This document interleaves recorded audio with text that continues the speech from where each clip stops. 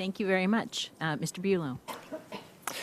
Good morning, Chair Lipnick and Commissioners Feldblum and Burrows. Thank you for the opportunity to be with you today to discuss harassment prevention. My organization, Everfi, is a leading provider of online education that addresses some of the most pressing challenges facing our nation's corporations and schools. Everfi is unique in that we utilize a prevention-based public health approach to address workplace harassment and other critical social issues. I recognize that people are often unclear about what public health is. Whereas the field of medicine is about treating individuals after they've gotten sick or injured, public health is about preventing populations from getting sick or injured to begin with. Too often, workplace harassment initiatives focus on how to define and respond to illegal behavior. Everfi believes that organizations should shift the balance to prioritize prevention, stopping concerning behavior before individuals are harmed. Prevention programs that use a positive, values-based approach can be far more effective in shaping behavior than the consequence avoidance focus of traditional anti-harassment training. Telling employees about actions that violate policy places focus on what not to do, behaviors that are often only perpetuated by a small subset of employees. It is much more effective to say, our organization is a great place to work. Here's how we respect and support each other so that we can all do our very best. This action-oriented message engages and empowers all employees to create a safe and respectful workplace culture. This engagement of the healthy majority of employees is central to the evidence-based approach of bystander intervention. When it comes to bystander intervention, many employees can identify situations of blatant harassment, but they may not recognize some of the less egregious precursor behaviors that lead to those situations. They also may not know what to say or do, or may worry that getting involved won't be supported by their peers. Thus, good bystander intervention training will present a range of inappropriate behaviors and encourage employees to take action across this spectrum. It will provide many different options for taking action that can vary based on employees' unique styles and strengths, the setting of the incident, and the positions of the individuals involved. And lastly, it will include messages that help individuals know that intervening is socially acceptable and encouraged. Organizations are increasingly using online training to complement or replace the in-person programs that have been traditionally utilized to address workplace harassment. While both approaches have merit, especially together, I've been asked today to talk about unique advantages of online training that can be difficult to achieve via in-person programming. These fall into the categories of compliance, content, design, administration, and data.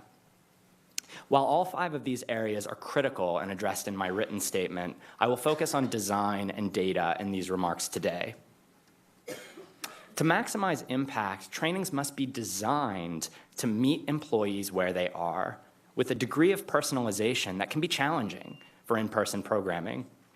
This can include personalized feedback to attitudinal questions, customized content based on employee characteristics like culturally appropriate messages based on geographic region, and unique pathways through skill-building scenarios.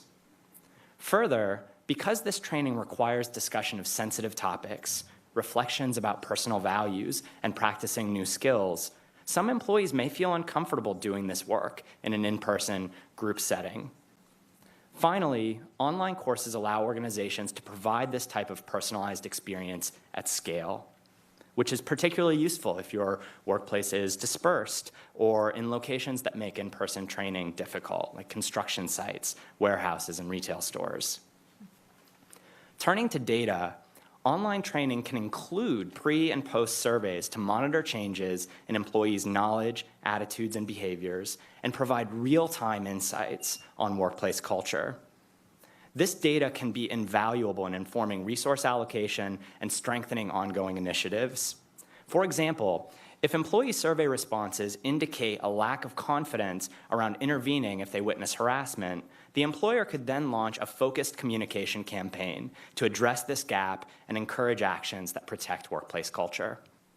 Or if HR is made aware of harassment within a particular division, but they're not receiving reports, climate surveys can help uncover whether this is simply the result of lack of awareness of reporting resources or something more complex, like fears of retaliation. I'd like to conclude by noting that training is just the tip of the iceberg in our efforts to address workplace harassment. Training must be supported by other crucial elements of a comprehensive prevention strategy, like organization-wide commitment, including visible leadership and meaningful investment, robust policies and procedures that are strongly and consistently enforced, and rigorous intentionality, like data collection, goal setting, and strategic planning. Thank you for allowing me to share my perspective and for the EEOC's ongoing leadership and commitment in this area. Thank you, Mr. Buelow. The first question that I have is actually for Mr. Buelow from Everfi. And part of this is because I've long been fascinated with public health. And so your approach, your public health-based approach, and one of the things that has always fascinated me about public health is the concept of patient zero. And the idea that things can be traced down to, the person who originates whatever the public health crisis may be, which is just, I just think fascinating. So I wonder if you could address that a little bit in terms of the context of both training, but also, approaches of employers to, is it trying to get at one person? Is it a collective group? If you could just address that. Sure. So I'll start with the last part of your question around addressing one person versus addressing groups of individuals. And I think that research has shown that things like offender management programs, like addressing individuals that are engaging in the most problematic behavior is a long-term investment, and it takes time, and change is absolutely possible. But a quicker lever for making behavior change is changing the culture and the surrounding climate of accountability within peer groups about behaviors that are unacceptable and inappropriate. People will be much quicker to change behaviors when peers are holding them accountable. But to the broader public health approach of your question, I think it's really important for us to think about how we define the question, what is prevention? And public health really sort of lays it out into three categories: primary, secondary, and tertiary. Primary prevention is really about root causes and deterring the onset of problematic behaviors before they occur. Secondary prevention is around reducing exposure to and effectively responding in risky and harmful situations. And then tertiary prevention is around mitigating impact and preventing recurrence. And I think that when we ask particularly leadership around how they think about prevention, it tends to be focused on the secondary and tertiary categories, but the greatest return on investment of prevention work is keeping harassment from happening to begin with, rather than continually responding to it when reports are made. So I think that fundamentally reshifting the way that we prioritize our efforts, all three of those categories are critical, but really shifting the balance to prioritize primary prevention is where we're truly going to make change. Okay, thank you.